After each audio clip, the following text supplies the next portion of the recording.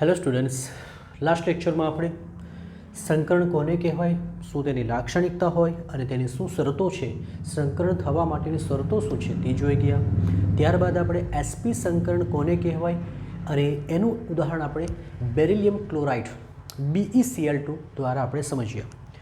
આજે આપણે sp2 સંકરણ અને ત્યારબાદ sp3 સંકરણની ચર્ચા કરીશું. સંકરણ કોને કહેવાય બધાને જ ખ્યાલ છે કે કક્ષકો જે જુદી જુદી ઉર્જા આકાર ધરાવતી કક્ષકો હોય એના પર એવી ક્રિયા કરવી કે જેથી કરીને એ કક્ષકોની ઉર્જા અને આકાર સમાન બને તો એને સંકરણ કહેવાય. આપણે sp2 સંકરણની વાત કરીએ તો યાદ કરો શું લખતા હતા. sp માં શું લખેલું હતું? એક s કક્ષક અને એક p કક્ષક. અહીં p બે વાર છે, એનો મતલબ કે s કક્ષક એક રહેશે પરંતુ p કક્ષક કેટલી લેવાની? બે. સંમિશ્રણ પામે સમાન શક્તિ ધરાવતી કુલ કેટલી બનાવશે? 3 જ બનાવશે, કારણ કે એક s અને તો ફક્ત ને ફક્ત કક્ષકોની સંખ્યા બદલાશે, લખાણ બધું સેમ રહેશે. તો લખીશું જ્યારે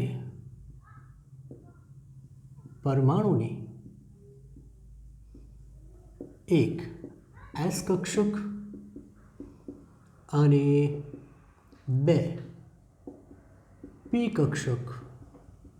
કક્ષકો સંમિશ્રણ પામી સમાન આકાર અને સમાન ઉર્જા શક્તિ જે કહો તે ધરાવતી, ઉર્જા શબ્દ વધારે બેટર લાગે, ઉર્જા ધરાવતી બોલો નવી કેટલી? તો જેટલી લીધેલી એટલી જ 3 કક્ષકોની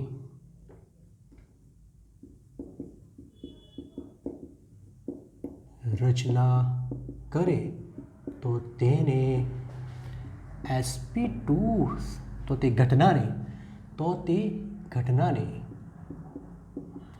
sp2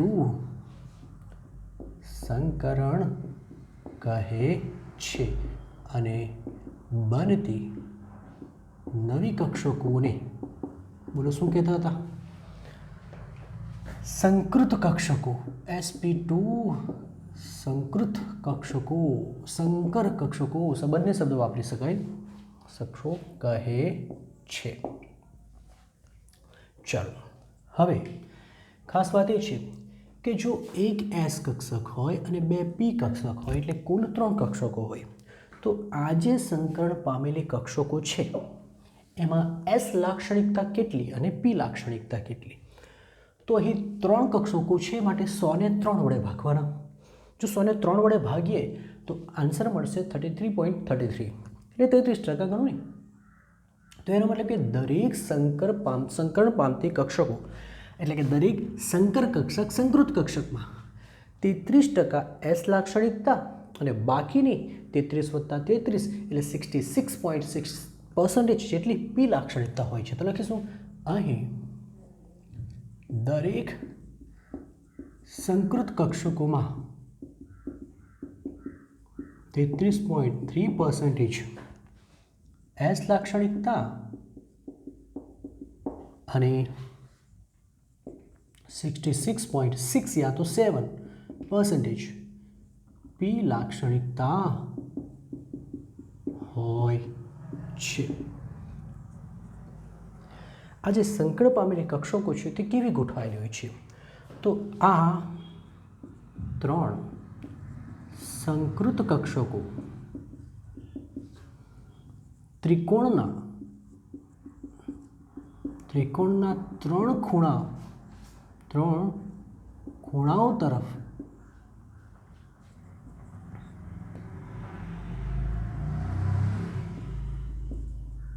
ફેલાયેલી હોય છે. તેથી તેમની વચ્ચેનો કોણ, તેથી દરેક વચ્ચેનો કોણ, તેમની વચ્ચેનો કોણ 120 ડિગ્રી થાય છે. તો જરા જોઈએ, જ્યારે આપણે એક s અને બે p કક્ષકો લેશું તો એ ત્રિકોણ હોય તો ત્રિકોણના 3 ખૂણા પર ફેલાયેલી હોય, મતલબ એક કક્ષક આમ હોય, બીજી કક્ષક આમ હશે, ત્રીજી કક્ષક આમ હોવાની. આનો નાનો ભાગ આમ લખીશું આનો નાનો ભાગ આમ અને આનો નાનો ભાગ આમ, 1 2 3. તમે જોશો તો આમ કરશો તો તમને ત્રિકોણ બનેલો દેખાશે. ત્રિકોણની રચના થતી હોય એવું લાગે છે અને તેથી આ ખૂણો, આ એંગલ 120 હશે, રાઈટ. અને આ ગોઠવણી કેવા આકારે થઈ કહેવાય તો એ આકાર બનશે સમતલીય ત્રિકોણ, બરાબર. તેથી તેમની વચ્ચેનો કોણ 120 થાય છે અને આકાર અને આ ગોઠવણી સમતલીય ત્રિકોણ હોય છે. તો આ સામાન્ય વાત થઈ ગઈ sp2 સંકરણની. હવે આપણે ઉદાહરણ લેશું. ઉદાહરણ લઈએ BCl3 ક્યાં તો BF3, તમારે જે લેવું તે. બોરોનની બાહ્યતમ કક્ષાની ઇલેક્ટ્રોન, મધ્યસ્થ પરમાણુ બોરોન છે. સંકરણ મધ્યસ્થ પરમાણુની કક્ષકોનું જ થાય છે, યાદ રાખજો.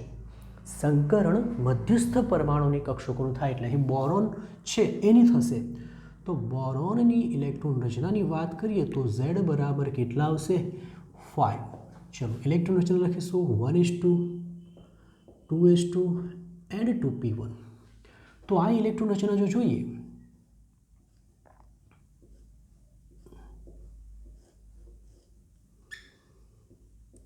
(2px1) રાખીએ, 2py0 ને 2pz0, રાઈટ ને?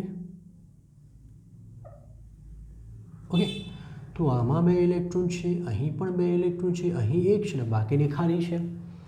હવે BCl3 બનવું જોઈએ એટલે 3 બંધો બનવા માટે 3 કક્ષકો અર્ધપૂર્ણ એટલે કે એક ઇલેક્ટ્રોન ધરાવતી હોવી જોઈએ. પણ અહીં તો અર્ધપૂર્ણ એક જ કક્ષક છે. તો એનો મતલબ એ થયો કે આ એની ભૂમિ અવસ્થાની ઇલેક્ટ્રોન રચના, આ જે ઇલેક્ટ્રોન રચના છે એની ભૂમિ અવસ્થાની ઇલેક્ટ્રોન રચના છે. એ ઇલેક્ટ્રોન રચના બંધ બનાવવા માટે કામ લાગશે નહીં. આપણે બોરોનની ઉત્તેજિત અવસ્થાની ઇલેક્ટ્રોન રચના લખવી પડશે, જેને આપણે B સ્ટાર કહેતા છે. બોલો શું કરીશું આપણે? આ જે 2sનો એક ઇલેક્ટ્રોન છે જે ચાલી જશે 2pyમાં, એટલે થશે શું? તો 1s2 તેમનું તેમ, 2s1 એટલે 1 ઇલેક્ટ્રોન અને 2px 2py અને 2pz, રાઈટ? 1 1. ચલો હવે આપણે જોઈ શકીએ છીએ કે 3 કક્ષકો કેવી છે? અર્ધપૂર્ણ છે. હવે આ 3 કક્ષકો સંમિશ્રણ પામી સમાન આકાર અને સમાન ઉર્જા ધરાવતી 3 કક્ષકોની રચના કરે, જેને શું કહેશું? sp2. તો લખીશું અહીં મધ્યસ્થ પરમાણુ બોરોનની ઉત્તેજિત અવસ્થામાં અયુગ્મિત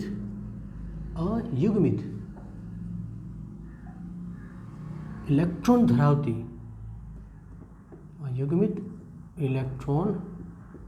ધરાવતી એક 2s કક્ષક અને 2 2p કક્ષકો સંમિશ્રણ પામી. બોલો 3 sp2 સંકૃત કક્ષકોની શું કરશે? રચના કરે છે, બરાબર. મધ્યસ્થ પરમાણુ બોરોનની ઉત્તેજિત અવસ્થામાં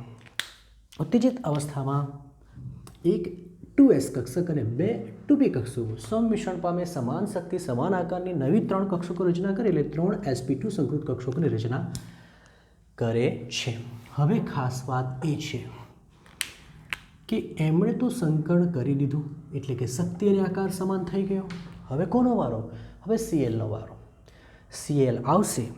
Clની યાદ કરો, લાસ્ટ લેક્ચરમાં પણ આપણે જોઈ ગયા. Clની બાહ્યતમ કક્ષાની ઇલેક્ટ્રોન રચના જ્યારે લખવામાં આવે તો Cl Z બરાબર 17 ઇલેક્ટ્રોન રચના લખીએ તો પહેલાં નિયોન લખી દઈશું, એટલે 10 આવે, પછી 3s2 3px2 3py2 અને 3pz1, એટલે કે આ એક જ કક્ષક છે જે અર્ધપૂર્ણ છે અને તે જ કક્ષક બંધ બનાવી શકે, બાકીની બનાવી શકે નહીં. તો લખીશું કે આ સંકૃત કક્ષકો સાથે 3 Cl પરમાણુની અયુગ્મિત ઇલેક્ટ્રોન ધરાવતી 3pz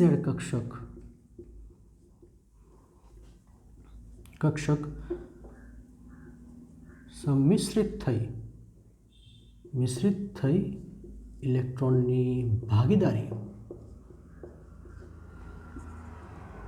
રચી 3 BCl બંધ બનાવે છે. એનો મતલબ એ થયો કે પેલો Cl આવે, એક પોતાનો ઇલેક્ટ્રોન આપે અને એક બંધ બનાવે. આ કયો બનશે? સિગ્મા બંધ.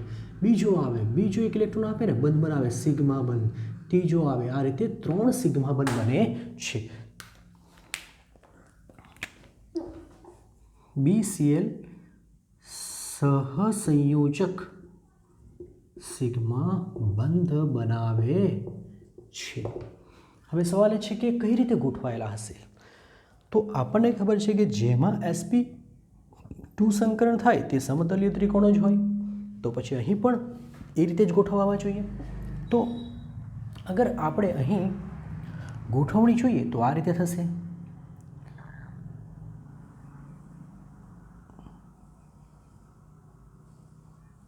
સપોઝ આ આપણી કઈ કક્ષક છે?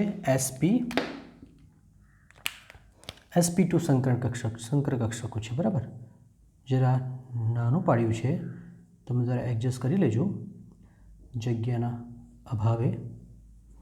ઓકે, હવે કોણ આવશે? પેલો Cl આવશે. Clની પોતાની 2pz કક્ષક આ રીતે આ એક બંધ બનાવશે, આ બીજો બનાવે અને આ ત્રીજો બનાવે. અહીં પેલા ભાગીદારીવાળા ઇલેક્ટ્રોન હોય છે. તો રચના આ રીતે થશે. આનો મતલબ એમ થશે કે અહીં બી છે, આમ Cl હશે, બીજો Cl આમ અને ત્રીજો Cl આમ હોય. આકારની વાત કરીએ તો સમતલીય ત્રિકોણ હશે અને બંધ કોણ 120 ડિગ્રી હોય છે. તો સમતલીય ત્રિકોણ. તો હવે આ મુદ્દો લખીશું કે અહીં ત્રણેય BCl બંધો ત્રિકોણના 3 ખૂણાઓ તરફ ફેલાયેલા હોય છે. તેથી તેનો આકાર બોલો કેવો બને? સમતલીય ત્રિકોણ. આકાર સમતલીય ત્રિકોણ બને અને બંધ કોણ મતલબ Cl, B અને Cl, બંધ કોણ 120 ડિગ્રીનું થાય, બરાબર. તો અહીં થિયરી એકચ્યુઅલી પૂરી થાય છે. આ આપણી કઈ કક્ષક? sp2 કક્ષક. આ કઈ? sp2 કક્ષક. આ કઈ? sp2. જ્યારે રેડ કલરથી બતાવેલી છે તે કઈ છે? Cl પરમાણુની 3pz કક્ષક. Cl પરમાણુની 3pz કક્ષક. અને એમાં ઇલેક્ટ્રોનની શું થાય છે? ભાગીદારી થાય છે. હવે સમતલ્ય ત્રિકોણનો મતલબ તો ખબર પડી ગયો, પણ સમતલ્ય મતલબ શું? કે આ જે 3 Cl પરમાણુ છે તે એક જ સમતલમાં આવેલા હોવા જોઈએ. આ એક સમતલમાં, એને સમતલ્ય કહેવાય. 3 બંધો એક જ સમતલમાં આવેલા હોય છે. ઓકે, ચલો કોપી કરો. હવે આપણે sp3 સંકરની ચર્ચા કરીશું.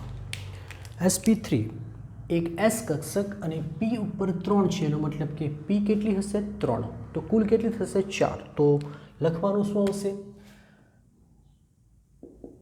જ્યારે પરમાણુની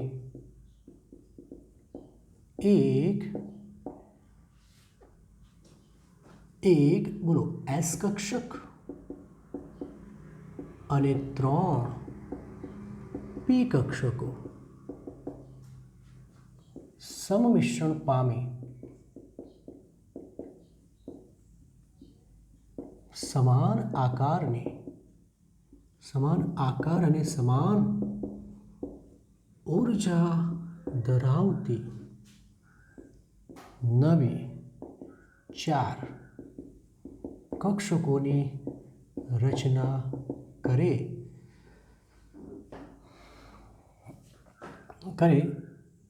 ત્યારે થતા સંકરણને બોલો શું કહેશું? sp3 સંકરણ કહે છે.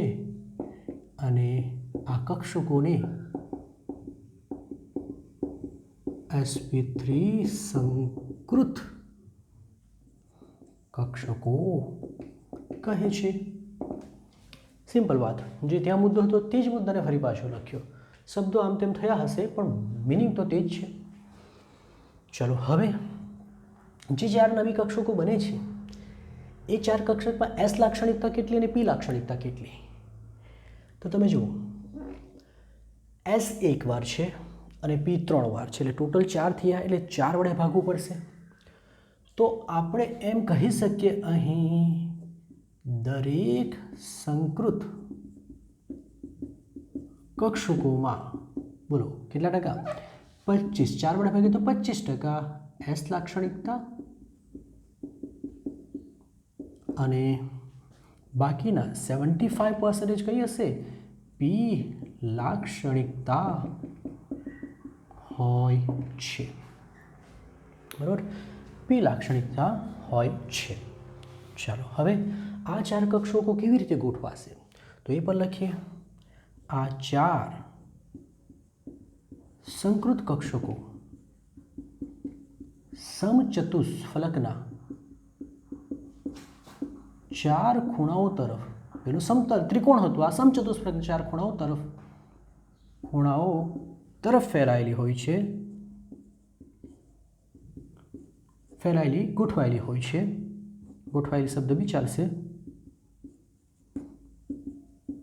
હોય છે. તેથી તેમની વચ્ચેનો ખૂણો બોલો કેટલો બનશે?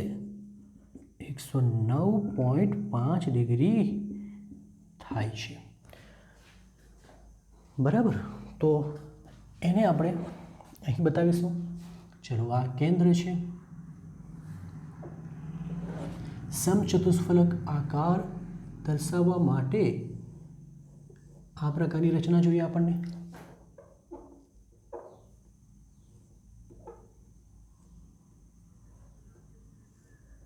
આ રીતે ગોઠવાયેલી હોય છે. તમે જ્યારે આ 4 બિંદુને જોડશો તો તમને સમચતુષ્ફલક આકાર જોવા મળશે. એક વાત ક્લિયર રાખો, સમચતુષ્ફલક આકાર ત્રિપરિમાણીય છે, માટે દ્વિપરિમાણ પર એને દર્શાવી તો શકાય પરંતુ પરફેક્ટ દેખાશે નહીં. તમે જોશો તો અહીં તમને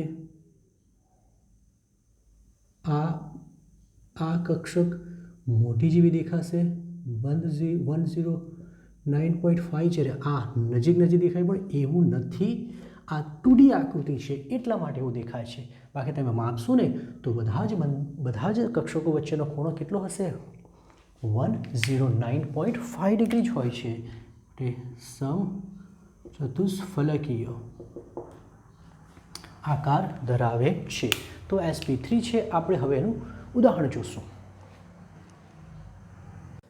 sp3 સંકરણ માટે આપણે ઉદાહરણ લઈશું NH3 અણુ. બરાબર, આપણે H2O પણ લઈ શકીએ, આપણે બતાવીશું એ પણ. NH3 અણુની વાત કરીએ તો મધ્યસ્થ પરમાણુ કોણ છે? નાઇટ્રોજન. અને નાઇટ્રોજનની ઇલેક્ટ્રોન રચના લખીએ 7 ભૂમિ અવસ્થામાં તો 1s2 2s2 2px1 2py1 2pz1 થાય. તમારે જોવું પડે કે બંધ કેટલા બનાવવાના છે 3 તો 3 અર્ધપૂર્ણ કક્ષકો હોવી જોઈએ જો ન હોય તો આપણે ઉત્તેજિત અવસ્થાની ઇલેક્ટ્રોન રચના લખવાની પણ અહીં તમે જોઈ શકો છો કે 3 કક્ષકો છે જ અયુગ્મિત ઇલેક્ટ્રોન ધરાવતી માટે અહીં ઉત્તેજિત અવસ્થાની ઇલેક્ટ્રોન રચના લખવાની જરૂર નથી મતલબ કે ઇલેક્ટ્રોનની બઢતી અનિવાર્ય નથી આપણે એક શબ્દ લાક્ષણિકતામાં અને શરતમાં એક શબ્દ જોઈ લો કે સંકરણ પહેલાં ઇલેક્ટ્રોનની બઢતી દર વખતે કરવું પડે એવું જરૂરી નથી કારણ કે અહીં તમે જોઈ શકો છો કે કરવાની જરૂર નથી કારણ કે 3 કક્ષકો છે પણ શું 3 બંધ બનાવવાના છે માટે 3 પી કક્ષકો સંકરણમાં ભાગ લેશે એવું નહીં બાહ્યતમ કક્ષામાં રહેલી બધી જ કક્ષકો ભાગ લે એનો મતલબ કે 2s ભરેલી છે તો કંઈ નહીં પણ ભાગ તો લેશે સંકરણ તો કરશે અને આ પણ સંકરણ કરશે તો હવે આપણે લખીશું કે નાઇટ્રોજન પરમાણુની સંયોજકતા કક્ષામાંની એક પૂર્ણ ભરેલી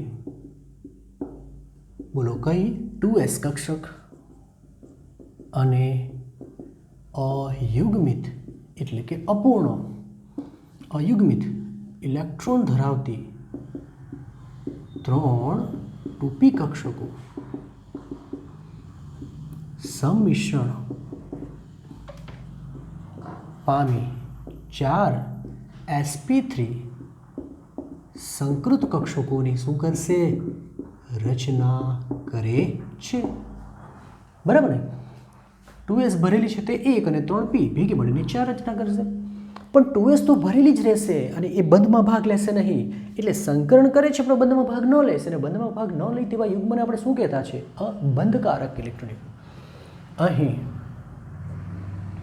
2s કક્ષક સંપૂર્ણ ભરેલી હોવાથી તે અબંધકારક સ્વરૂપે રહે છે શોર્ટકટમાં બતાવી દીધું સ્વરૂપે રહે છે બાકી લાંબુ લખો તો લખી શકાતે સમજ પડી જવી જોઈએ ચાલો પછી વારો છે એટલે 3 અર્ધપૂર્ણ પી કક્ષકો હવે એ નાઇટ્રોજન સાથે બંધ બનાવશે બાકીની 3 અર્ધપૂર્ણ સંકૃત કક્ષકો 3 હાઇડ્રોજન પરમાણુની બોલો હાઇડ્રોજન પરમાણુ પાસે એક જ કક્ષક છે 1s કક્ષક સાથે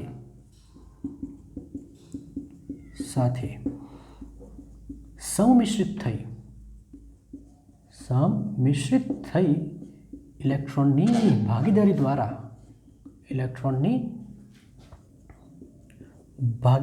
દ્વારા 3n બંધ H સિગ્મા બંધની શું કરે છે રચના કરે છે રાઈટ 3 બંધની રચના કરશે હવે પ્રશ્ન થશે કે આપણી પાસે 3 બંધકારક ઇલેક્ટ્રોન યુગ્મ આવી ગયા જે આના છે આ છે અને એક અબંધકારક ઇલેક્ટ્રોન યુગ્મ છે એટલે કુલ યુગ્મોની સંખ્યા 4 છે યાદ કરો યુગ્મની સંખ્યા 4 હોય તો ગોઠવણી કેવી રીતે થાય ચતુષ્ફલકીય થાય લખીશું અહીં 4 યુગ્મો સમચતુષ્ફલકીય રીતે ગોઠવાય છે બરાબર ચલો પહેલાં 4 યુગ્મો ગોઠવી દઈએ આપણે નાઇટ્રોજન પાસે આ નાઇટ્રોજન છે 4 યુગ્મોની વાત કરીશું એક આ છે બીજો આ છે ત્રીજો આ છે ચોથો આ છે એક તો આપણે ભરેલો રાખવાનો છે જ્યારે બાકીનો હાઇડ્રોજનની 1s કક્ષક સાથે શું બનાવશે બરાબર ને બંધ બનાવે તો આ રીતે હોય આ હાઇડ્રોજનની 1s કક્ષક છે તો જોવા જઈએ તો આ એક બંધ બનશે આ એક બંધ બનશે આ એક બંધ બનશે જ્યારે પેલો ઉપરનો અબંધકારક સ્વરૂપે રહેશે રાઈટ હવે સવાલ એ છે કે બંધ કોણ કેટલો જો યુગ્મોની ગોઠવણી સમચતુષ્ફલકીય પણ અણુનો આકાર તો ત્રિકોણીય પિરામિડ કહેવાય કારણ કે આપણે વાત કરી ગયેલા કે અણુના આકારમાં આપણે અબંધકારક ઇલેક્ટ્રોનની યુગ્મને લેતા નથી એટલે ત્રિકોણીય પિરામિડલ આકાર ધરાવે સવાલ એ છે કે બંધકોણ કેટલો હોવો જોઈએ? તો sp3માં તો 109.5 જ હોય છે, પણ એવું નથી. અહીં બંધકોણ 107 ડિગ્રી મળે છે. આવું કારણ શું? તો વેલેન્સ શેલ ઇલેક્ટ્રોન પેર રિપલ્શનના સિદ્ધાંત મુજબ અબંધકારક ઇલેક્ટ્રોન યુગ્મ બંધકારક ઇલેક્ટ્રોન યુગ્મ પર શું લગાવે? અપાકર્ષણ. તેથી આ બંધકારક ઇલેક્ટ્રોન યુગ્મો સંકોચન અનુભવે. આવું શીખી ગયા છે આપણે, રાઈટ? તો લખીશું ગોઠવાયેલા હોય છે.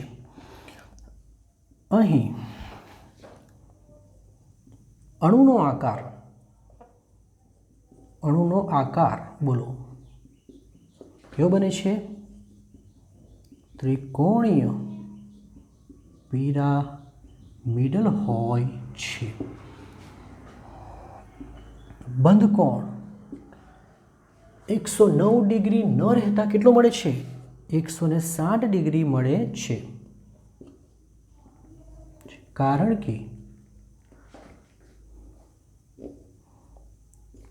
કે અબંધકારક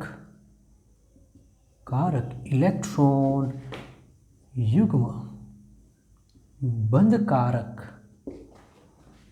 ઇલેક્ટ્રોન યુગ્મ પર શું લગાવે? વધુ અપાકર્ષણ લગાવે છે.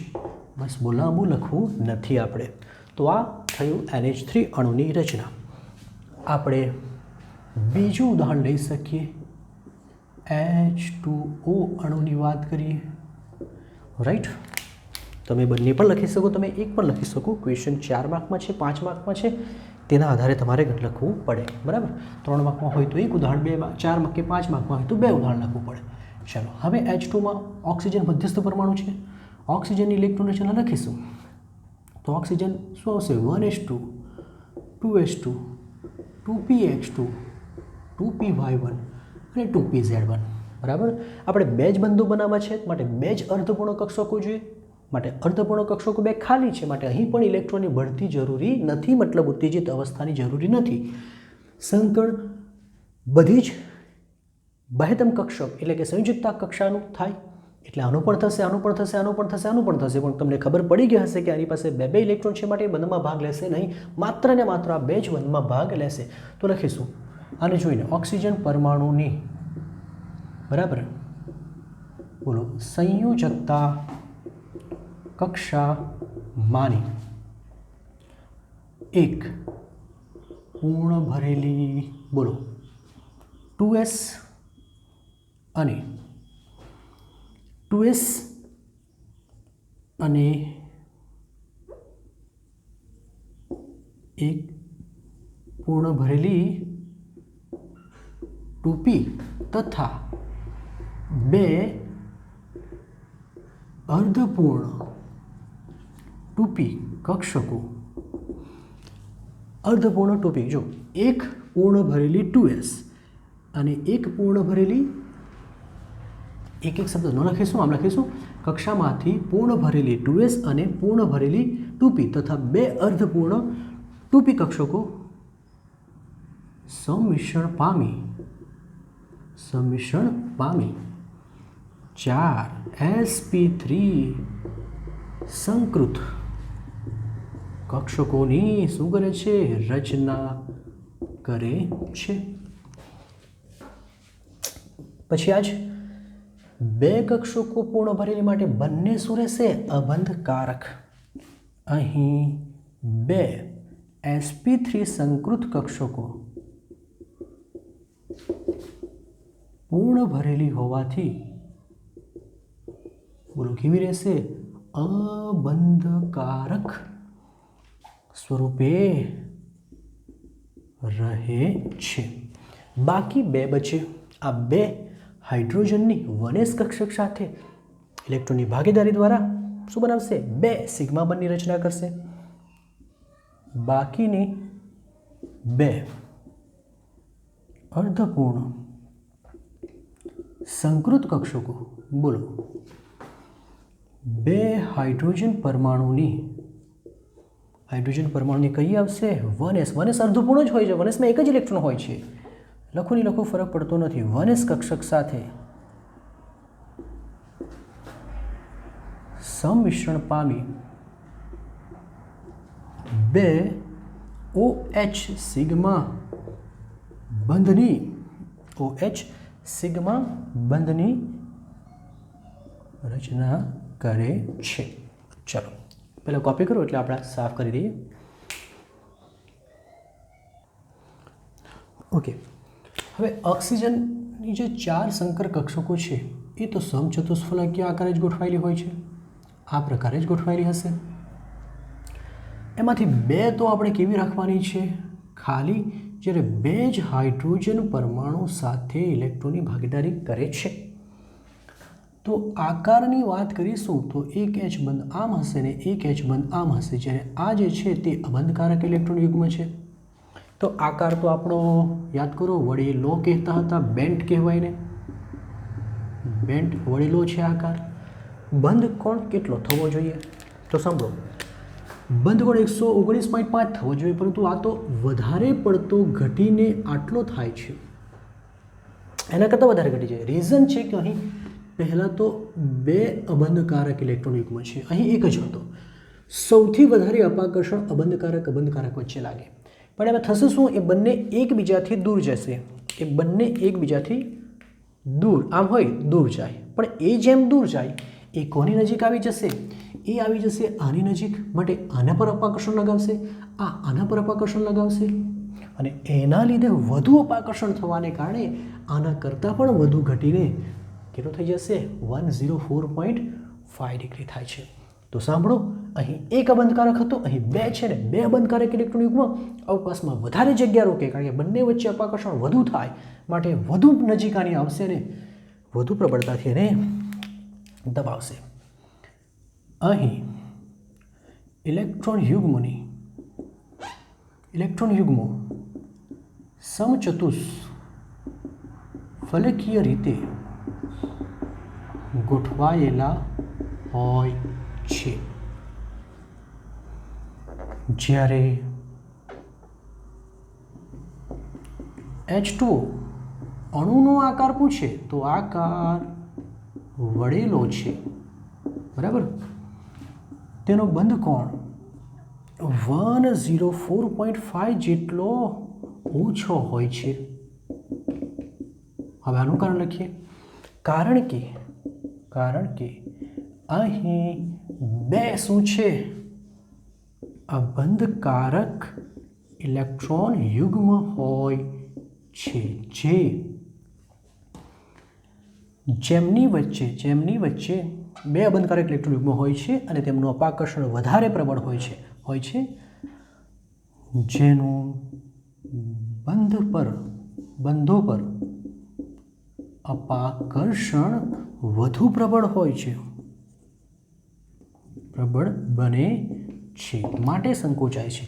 બહુ ડિટેલમાં લખ્યું નથી, પણ સમજાવી દીધું છે, બરાબર. કારણ કે લખાણ એટલું જ લખવું પડે જેટલું જરૂરી હોય છે. ઓકે, તો આ થયું sp3 સંકરણ. કોપી કરી લો.